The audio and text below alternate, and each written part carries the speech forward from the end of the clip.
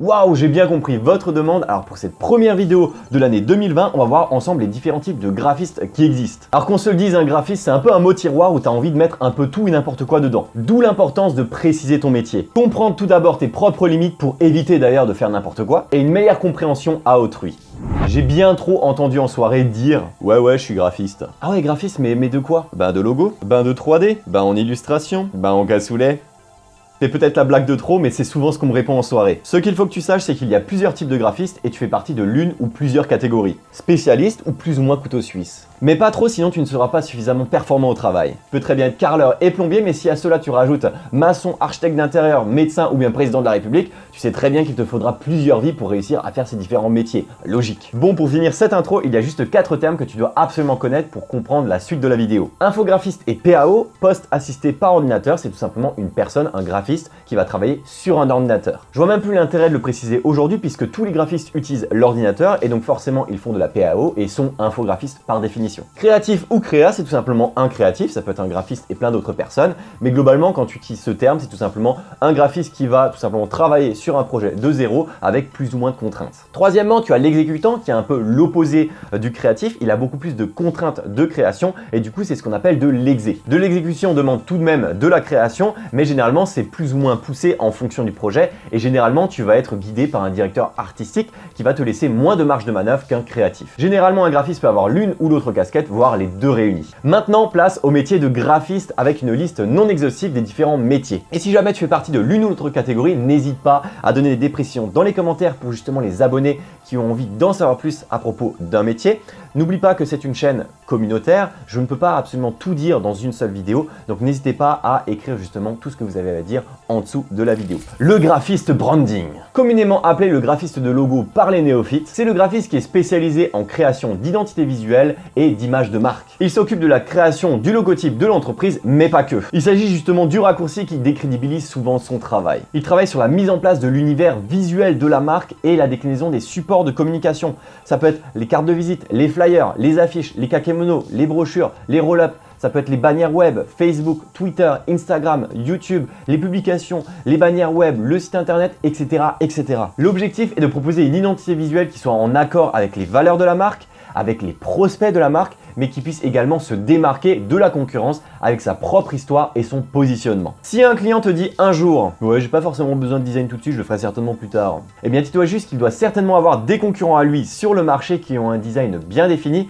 et avec qui il ne pourra jamais rivaliser en démarrant de cette manière. Retiens juste une chose, le graphiste branding ou le graphiste d'identité de marque est un prestataire indispensable au lancement d'une marque ou d'une entreprise afin d'harmoniser tous les designs futurs. Pour faire simple, le client paye au démarrage de son activité, mais ça permettra d'harmoniser tous les designs futurs de son entreprise. La marque en aura besoin tout au long de son existence et même si le retour sur investissement est difficile à calculer, eh bien l'entrepreneur pourra l'utiliser à tout moment. L'avantage, c'est que tous les entrepreneurs en ont besoin, que ce soit pour de la création ou bien de la refonte, donc un redesign de l'identité graphique d'une marque ou d'une entreprise. Et cela peut être réalisé à la fois par des freelances ou bien des agences, puisqu'il y a à la fois des individuels, des TPE, des PME ou des grands groupes qui en ont besoin. L'inconvénient, c'est que c'est un one-shot et que c'est souvent réduit à la création d'un logo. Hashtag logo gratuit. Donc si tu veux devenir graphiste branding, il faut absolument que tu puisses réussir à vendre justement cette prestation-là et faire comprendre au client que non, c'est pas juste de la création de logo, mais bien une identité de marque qui va lui servir tout au long de l'existence de la marque. Le graphiste éditorial. C'est un graphiste qui s'occupe tout simplement de projets d'édition, à la fois de livres, de catalogues ou de magazines par exemple. Il est spécialiste de maquettes complexes en termes d'exécution comme de création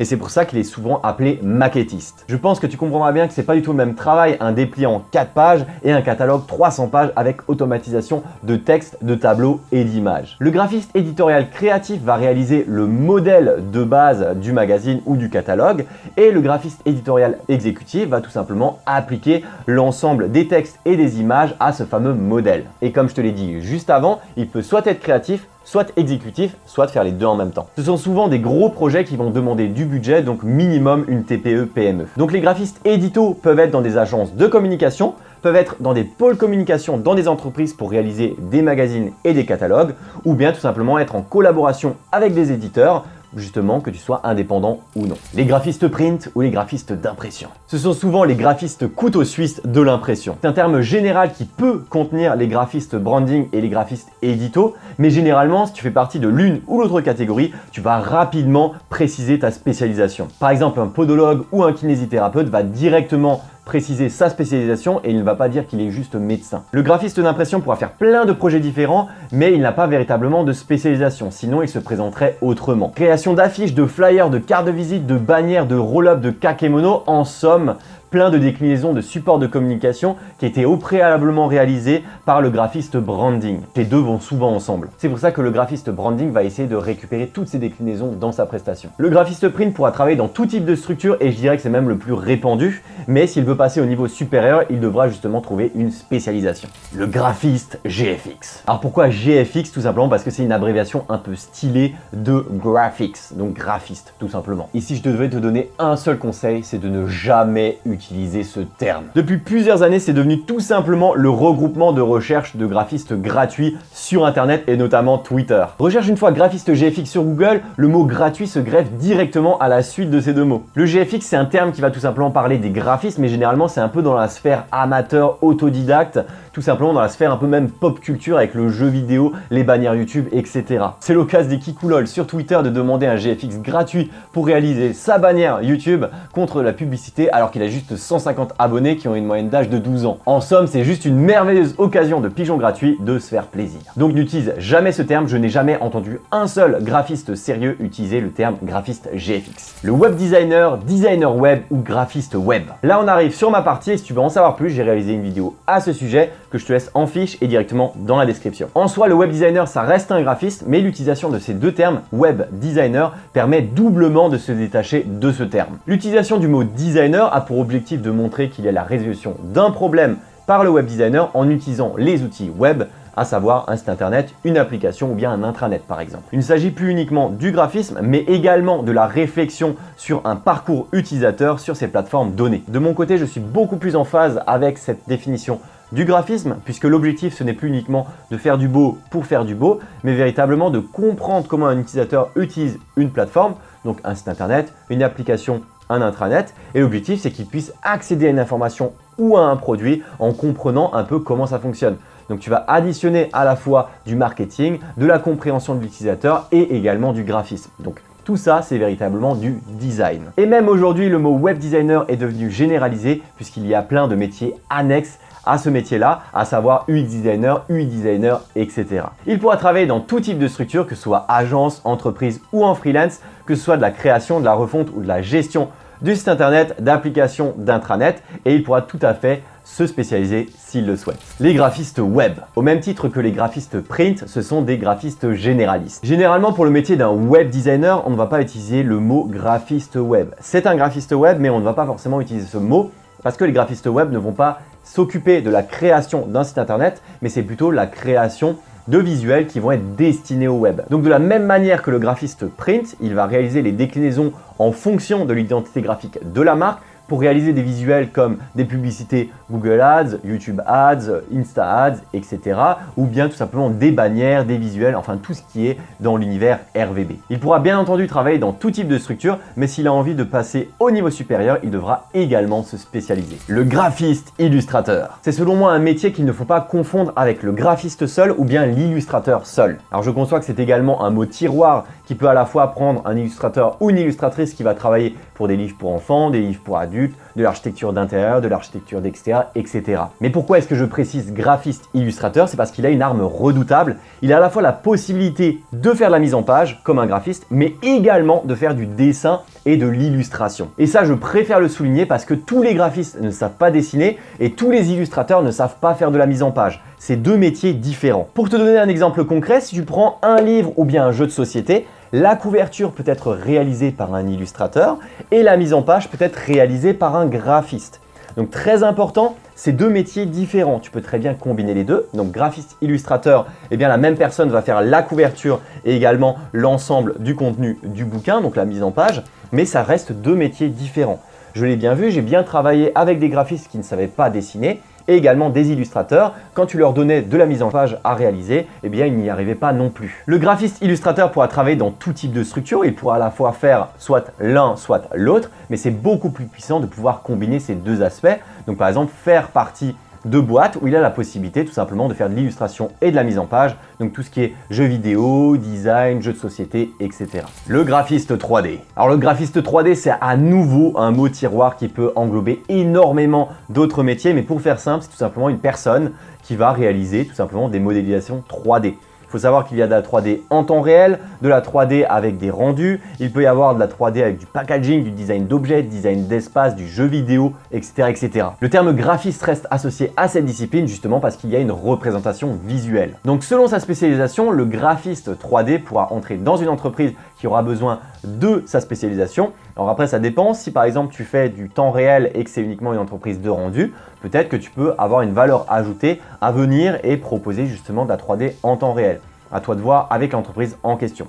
En tout cas, toutes les personnes qui regardent cette vidéo et qui font de la 3D, n'hésitez pas à mettre justement des infos supplémentaires dans la description pour aider toutes les nouvelles personnes, tous les nouveaux abonnés ou toutes les nouvelles personnes qui vont voir cette vidéo et qui ont envie d'en savoir plus à ce sujet. Le graphiste d'animation. On arrive bientôt à la fin de cette liste. Alors on continue avec le graphiste d'animation ou appelé motion designer ou animateur 2D 3D, eh bien ça reste tout simplement un graphiste qui va faire des représentations visuelles animées. Alors la définition de sa spécialisation entre 2D ou 3D est primordiale puisque selon les projets, eh bien il y aura la nécessité d'avoir une personne qui saura faire soit de la 2D, soit de la 3D, soit peut-être même les deux réunis. Je me souvenais encore des très bonnes vidéos d'animation de DataGull où tu voyais des chiffres comme ça s'animer. À trop jouer avec le feu, on finit par se cramer les doigts. Bonjour. Eh bien ce n'était pas uniquement de la 2D, mais il y avait également de la 3D qui s'incorporait dans le visuel. Donc tu te rends bien compte qu'ici, il fallait un graphiste qui fasse de l'animation à la fois 2D et 3D pour pouvoir l'incorporer dans le projet en motion design. Si jamais tu veux devenir animateur 2D 3D, n'hésite pas à bien choisir la 2D ou la 3D puisque dans le cadre de la 2D, peut-être qu'il faudra plus avoir justement un style bien particulier parce que justement c'est peut-être un peu moins recherché puisqu'il y a beaucoup plus de personnes qui réalisent de la 2D, alors que la 3D est peut-être un peu plus rare, mais peut-être que c'est moins recherché par les entreprises. Donc n'hésite pas à regarder justement ce qui se fait peut-être dans ta ville ou dans les villes où tu souhaites travailler, ou bien les projets qui te tentent le plus. En sachant que si tu réussis à faire de la 2D et de la 3D en même temps, forcément il y a certainement plus de portes qui vont s'ouvrir à tes pieds. En tout cas, le graphiste d'animation peut être soit salarié, soit il peut être indépendant, mais généralement les indépendants qui sont dans la 2D, 3D, ça va plutôt être des intermittents du spectacle. Bon, maintenant que je t'ai présenté la majorité des catégories de graphistes que tu peux rejoindre, eh bien je ne vais pas parler plus précisément des spécialisations que tu peux avoir, parce que sinon il faudrait des centaines de vidéos à ce sujet, mais il y a plein de sujets possibles. Tu peux te spécialiser dans la mise en page, dans l'impression, dans le web 3D, dans le web 2D, dans le web d'animation, dans le dessin, dans la 3D, dans la 3D temps réel, dans la 3D rendu, dans l'UI, dans l'UX, dans le design d'espace, dans le design d'objets, dans l'ingénierie, dans l'architecture d'intérieur, dans le jeu vidéo, dans les jeux de société, etc. Pour faire très simple, quasiment tous les créatifs peuvent s'appeler graphistes et c'est ce qui simplifie les choses lorsque tu parles à quelqu'un qui ne connaît pas forcément ton milieu, tu dis ok, je suis graphiste.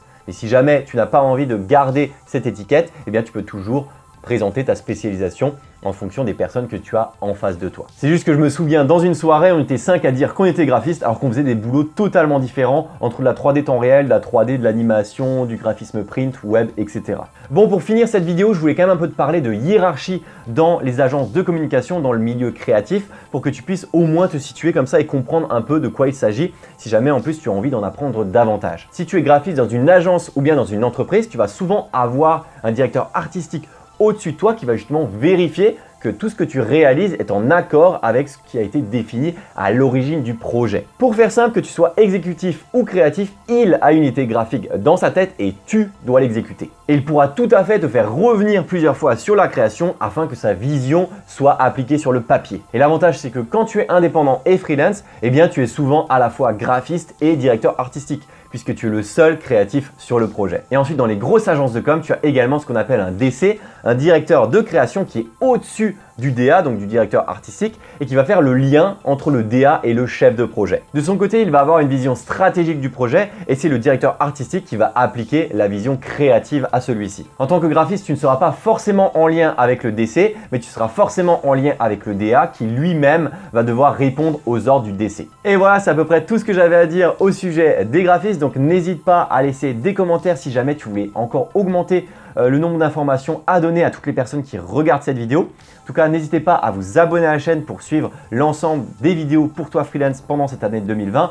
Je vous souhaite encore mes meilleurs vœux pour cette nouvelle année. Et puis moi, je vous dis à très bientôt pour des prochaines vidéos pour toi freelance.